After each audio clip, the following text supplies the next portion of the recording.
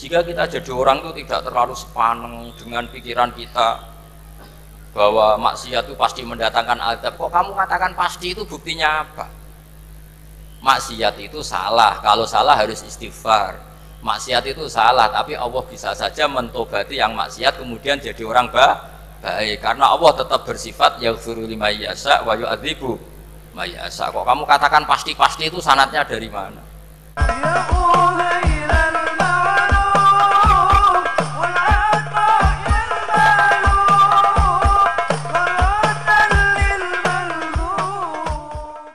Warahmatullahi wabarakatuh.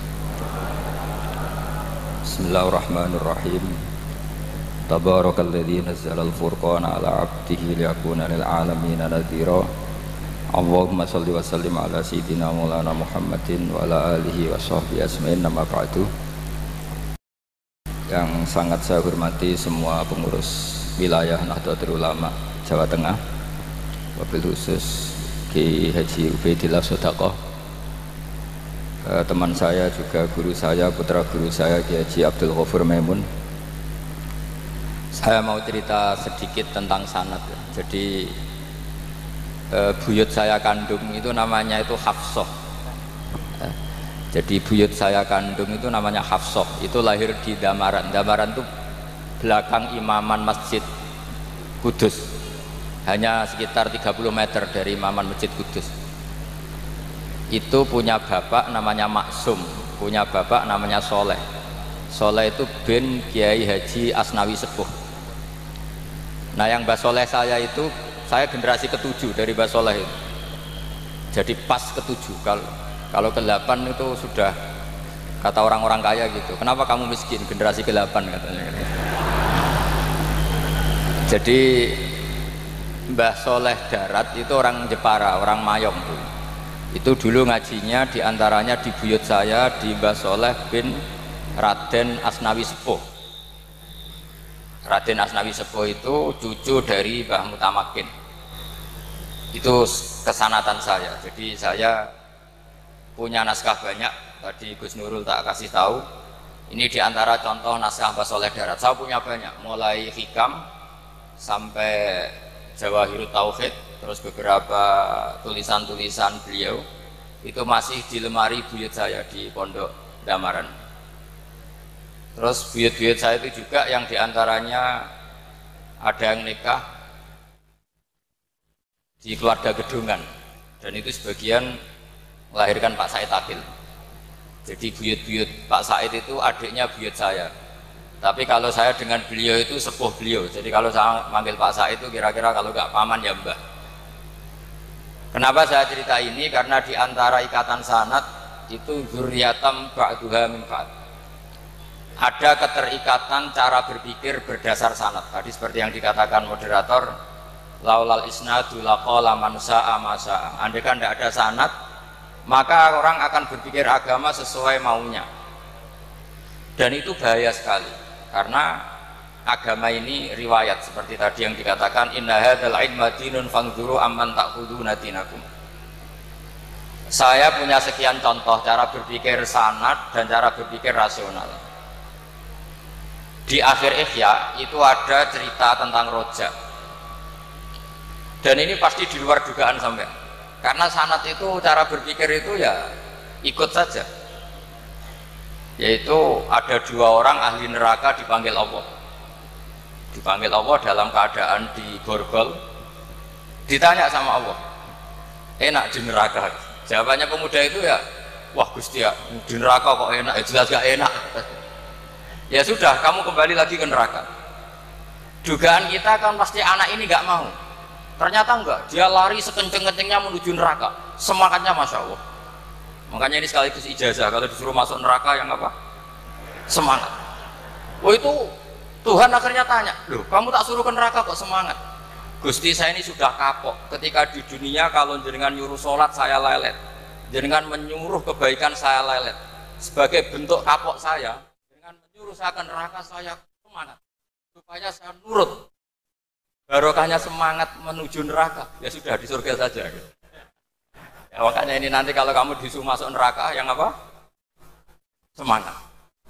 Karena kita di dunia Itu ada di akhir Ihya. Artinya itu kan di luar dugaan kita. Cara berpikir seperti itu di luar dugaan kita. Akhirnya dia jadi ahli jannah. Cerita kedua ya masih di bab yang sama. Yang satu disuruh enak di neraka, ya enggak Gusti. Sudah kembali lagi ke neraka. Si orang ini tolak itu. Tolak itu. Terus ditanya sama Allah, kenapa tolak? Ya Allah, ketika engkau memanggil kami ke surga, saya tidak pernah ngira kalau akan engkau kembalikan lagi ke neraka. Ya sudah, kamu di surga saya karena husnudzon sama saya. Ini berarti ada dua sanad.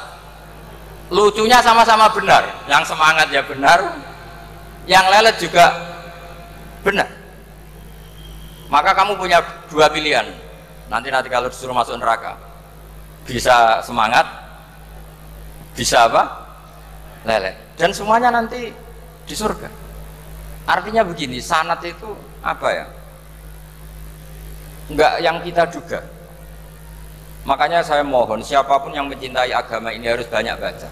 Jangan nuruti emosi, kemudian emosi itu di atas namakan agama. Di Sahih Muslim itu ada cerita, ini termasuk hadis pegangan kan Sahih Bukhari Muslim. Itu ada cerita seorang sujud sama Allah itu kan banget baiknya, sangat baik. Kemudian yang sujud ini diinjek oleh pemuda yang nakal. Diinjek. Ketika diinjek, yang sujud spontan ngomong begini. Fa wallahi la yaghfiru Allahu laka. Demi Allah, Allah tidak akan maafkan kamu. Di luar dugaan, tentu kalau nggak ada sanad, omongan ini normal karena nginjek orang apa? Sujud. Tapi di luar dugaan, Allah mewahyukan ke Nabi di zaman itu, disuruh bilang sama orang yang sujud itu, Allah ngendikan, manggal ladzi yata'alla alayya alla aghfira li fulan faqad ghafartu lahu wa ahbattu amala. Siapa yang mencatut nama saya bahwa saya tidak bisa memaafkan orang yang nginjek, Allah tersinggung karena namanya dicatut. Saya ini Tuhan bisa menyiksa dan bisa mengampuni. Kenapa sifat saya jadi satu hanya menyiksa? Sifat ampunan saya di mana? Itu kalau nggak sanad nggak bisa. Saya ulang lagi, Allah itu apa? Zat yang bisa yaghfiru liman yasha wa yu'adzibu may yasha. Tapi orang yang sujud ini hanya mensifati Allah satu, yaitu Allah pasti menyiksa. Dan Allah tersinggung. Bagaimana mungkin saya Tuhan hanya berstatus bisa menyiksa, tidak bisa mengampuni. Akhirnya orang ini disalahkan, malah yang sujud tadi bilang ke orang itu, sujudnya saya hapus pahalanya, dan yang nginjek saya hapus dosanya. Tapi ya bukan berarti terus kamu boleh nginjek orang sujud, ya enggak. Artinya gini loh, saya hanya memperkuat moderator tadi. Berpikir agama itu berdasar sanad. Kalau nuruti emosi pasti kita akan setuju Allah tidak ngampuni yang menginjak. Tapi berdasar sanad, berapa orang yang dulu melukai Nabi, bahkan punya niat membunuh Nabi, akhirnya ditobati oleh Allah Subhanahu wa Ta'ala. Siapa yang nggak tahu cerita Suraqah, orang yang niatnya membunuh Nabi, ditobati Allah. Siapa yang nggak tahu cerita Khalid bin Walid, orang yang punya konsep untuk mengalahkan Nabi di perang Uhud, juga akhirnya masuk Islam dan diampuni Allah. Banyak lagi tokoh kafir yang dulu musuhi Nabi akhirnya ditobati oleh Allah. Sehingga ketika Nabi sangat marah ya dengan mereka yang kafir, malah ada ayat turun laisa laka minal amri syai'un aw yatuba alaihim aw yu'adzibahum, bahwa wilayah mengampuni dan memaafkan itu wilayah Allah. Tentu kita secara syariat akan mengatakan yang injak itu salah, pasti itu. Kalau yang injak itu pasti salah, yang kafir pasti salah. Tapi jangan katakan kalau Allah tidak bisa menobati mereka. Lagi-lagi yang bisa mengertikan itu apa? Sanad. Kita ngaji di bab itu bahwa ada orang diinjak, ternyata Allah ketika yang sujud mengatakan wallahi la yaghfiru Allahu laka, demi Allah Allah tidak akan maafkan kamu. Loh, mensifati Allah dengan satu sifat la yaghfiru itu Allah tersinggung. Karena Allah bisa yaghfir. Makanya ini penting sekali saya utarakan supaya kita ini bicara itu sesuai sanad. Karena andaikan tidak sanad, agama ini di logika, kemudian logika orang itu berbeda-beda. Maka kayak apa kacaunya agama ini? Terus yang ketiga, saya beri sekian contoh. Ini saya bawa kitab hikam yang diterjemah oleh Mbah Soleh Darat. Saya dulu pernah ngaji hikam sama banyak Gus Zofur. Cara berpikir Abul Hasan Asyadzili misalnya, umumnya orang itu kan kalau amal itu ingin diterima ya, kalau sujud ingin diterima Allah, kalau sholat ingin diterima Allah, dan kalau sangat ingin itu biasanya terus berlebihan, saking berlebihannya terus nangis minta amalnya diterima gitu. Tapi efek negatifnya gini, jangan-jangan nggak diterima, lalu kalau nggak diterima gunanya apa? Ini buruk sekali kalau mulai tanya sujud saya jangan-jangan nggak diterima, kalau nggak diterima gunanya apa? Itu menurut Abul Hasan Asyadzili itu pertanyaan dari setan. Bagaimana mungkin kita pernah menyesal atau menyesali sujud yang pernah kita lakukan untuk Allah Subhanahu wa ta'ala. Wong dadi kawulane Allah, wis dikai bumi, dikai oksigen, dikai rezeki, tahu sujud, bareng dikasih tahu Jibril, sujud kamu nggak diterima. Wah, getun aku sujud be Allah. Masa sujud sama Allah getun. Maka kata Abul Hasan Asyadzili begini, kafa bika jazaan an radiyaka laka ahlan, cukup sebagai balasan dari Allah yang luar biasa kamu ditakdir sujud. Woi, keren. Coba kalau kamu nanti ketemu Allah, ada orang yang sama sekali di bumi nggak pernah sujud, lalu kamu ketemu Allah sujud berkali-kali, kemudian dapat kabar kalau sujud kamu nggak diterima, pantas mana kira-kira? Pantas yang pernah sujud apa pantas yang nggak pernah sujud? Pantas yang pernah sujud. Jika pikirannya Abul Hasan Asyadzili, sudahlah kamu bahagia saja karena kamu ditakdir pernah sujud. Itu satu anugerah Allah yang luar biasa. Kamu nggak perlu terganggu diterima apa nggak diterima. Karena kalau kamu terganggu itu nanti lama-lama mengatakan apa gunanya sujud kalau tidak diterima. Dan itu setan menang kalau sudah ada pertanyaan apa gunanya sujud. Nah, makanya disebut min syarril waswasil khannas. Kata Abul Hasan Asyadzili, waswas di sini adalah setan ngeridu kamu supaya kamu ngeset semua ibadah kamu, jangan-jangan kamu nggak diterima. Kemudian kamu menyesali semua ibadah yang pernah kamu lakukan. Betapa buruknya kita. Wong ngamal apik kok disesali. Makanya saya ini sebagai kiai itu termasuk kiai yang paling sukses ya. Betul. Karena perasaan saya itu sudah sukses dulu sebelum nyata sukses apa enggak penting. Saya sering motivasi santri yang ngapalkan Quran 10 tahun enggak hafal-hafal. Nanti kalau ketemu Allah tetap keren. Pernah hafalkan kitab saya? Pernah Gusti. Hafal tidak.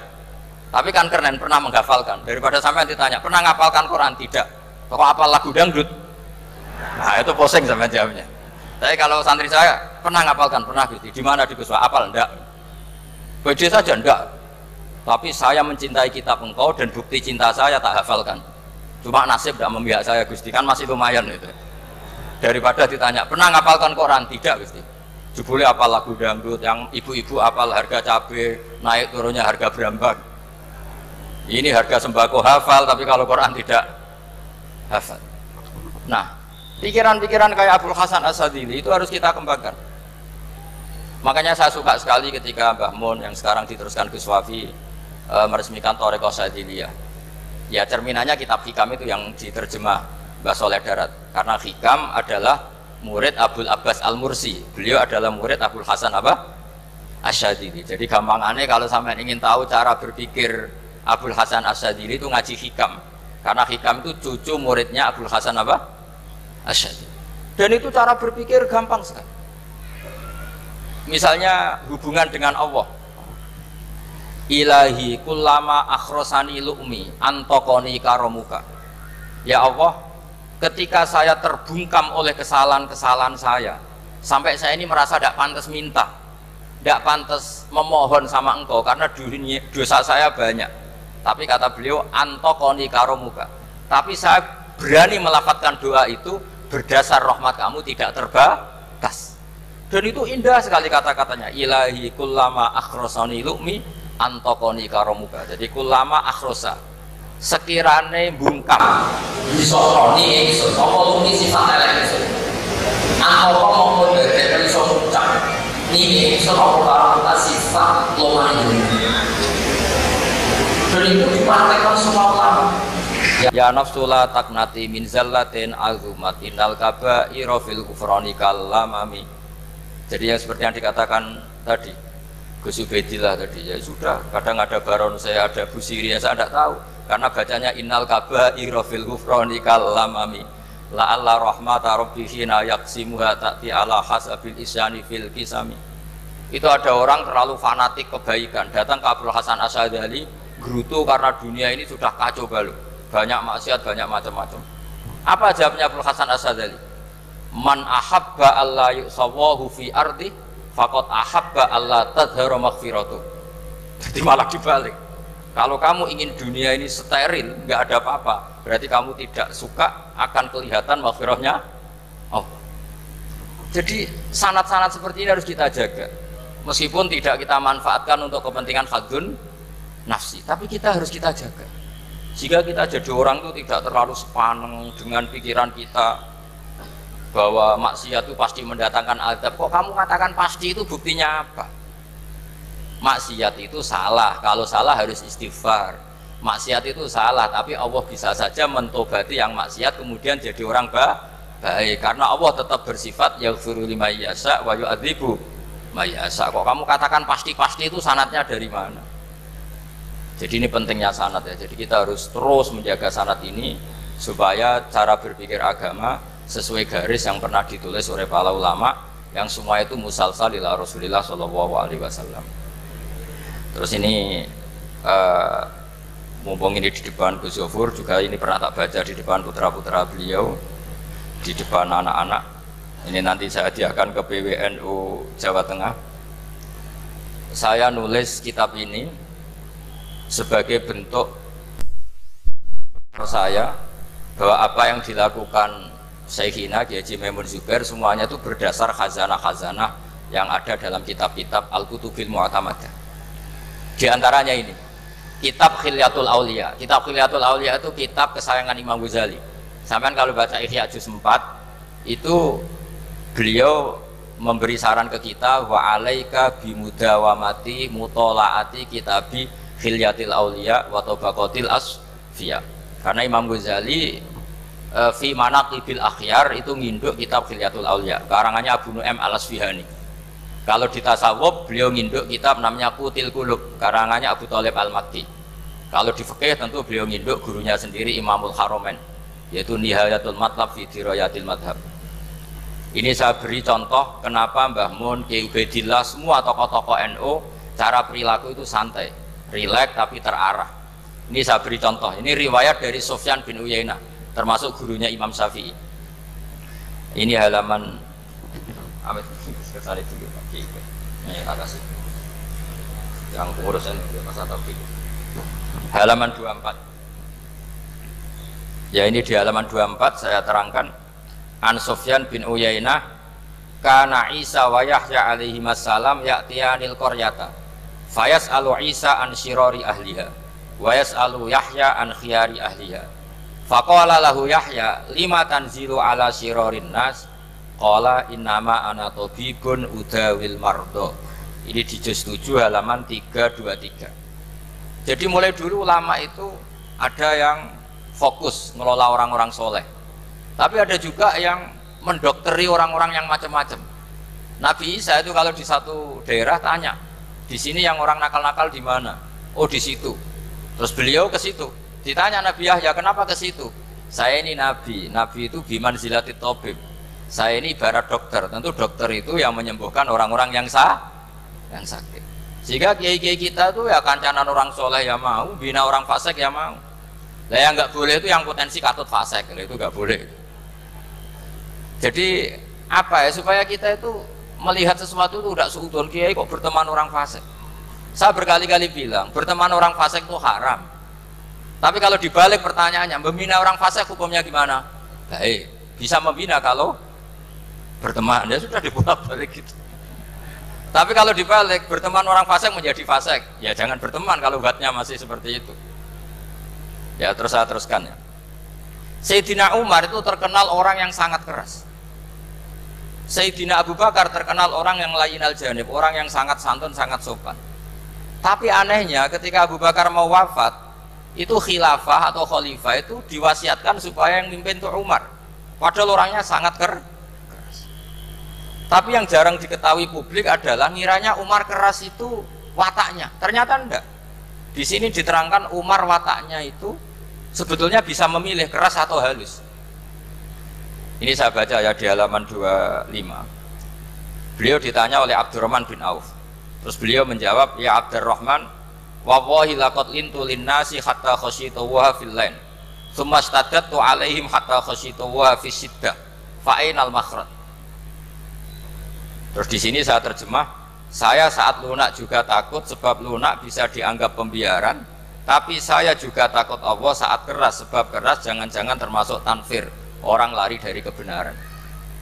Ya misalnya gini, sampean punya anak putri atau punya ponakan pacaran, datang ke kamu sama cowoknya, kalau kamu lunak pasti ponakan kamu ngira wong Pak D gak apa-apa, padahal Pak D saya itu kiai, ternyata saya gak ditegur. Lunak itu punya akibat dianggap pembiaran terhadap maksiat. Ya. Tapi kalau kamu keras, wah nak nenggonku tak wantemi watu, kan nggak pernah ke kamu, bagaimana bina wong sowan saja gak berani. Artinya efeknya sama, terlalu lunak ya punya efek tidak bisa bina, terlalu keras juga punya efek tidak bisa bina. Maka kata Sayyidina Umar, fa wallahi laqad lintu linnas hatta khasyitu wa fil lain.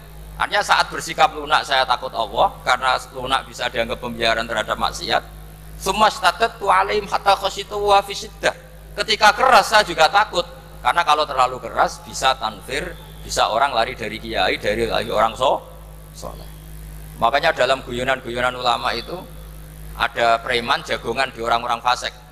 Ditanya, kenapa kamu jagongan sama orang fasik? Kenapa tidak jagongan sama orang soleh? Habis orang solehnya marah-marah terus, lah ini ramah. Makanya saya milih yang ramah saja. Gitu. Itu meskipun guyonan tapi pelajaran bagi kita. Karena ya memang Quran seperti itu, walau kunta fadzan ghalidhal qalbi lan faddu min haulik fa bima rahmatin minallahi linta lahum, terusnya itu. Jadi apa ya? Nah ini kalau nggak ada sanad nggak bisa, nggak ada sanad nggak bisa. Pasti kita berpikir sesuai keinginan kita. Maka ada ancaman yang keras, man fassaral Qur'ana bi ra'yihi falyatabawwa maq'adahu minan nar. Jadi saya mohon sanad-sanad seperti ini kayak yang dikatakan Umar tadi. Wallahi laqad lintu linnas hatta khasyitu wa fil lain. Tsumma staddattu alaihim hatta khasyitu wa fis siddah. Jadi kita akui bahwa dalam lunak juga ada sekian problem, dalam keras juga ada sekian problem. Terus kita bikin satu metode, satu manhaj yang kira-kira ya sa'iqal lisyaribin, atau yang lebih dikenal dengan Islam wasatiyah. Ada tawazun, ada tasamu, ada macam-macam. Ya, saya kira demikian. Assalamualaikum warahmatullahi wabarakatuh. Subhanallahi wa bihamdihi adada khalqihi wa ridha nafsihi wa zinata arsyihi wa adada kalimatihi. Subhanallahi wa bihamdihi adada khalqihi wa ridha nafsihi wa zinata arsyihi wa adada kalimatihi. Subhanallahi wa bihamdihi adada khalqihi wa ridha nafsihi wa zinata arsyihi wa adada kalimatihi.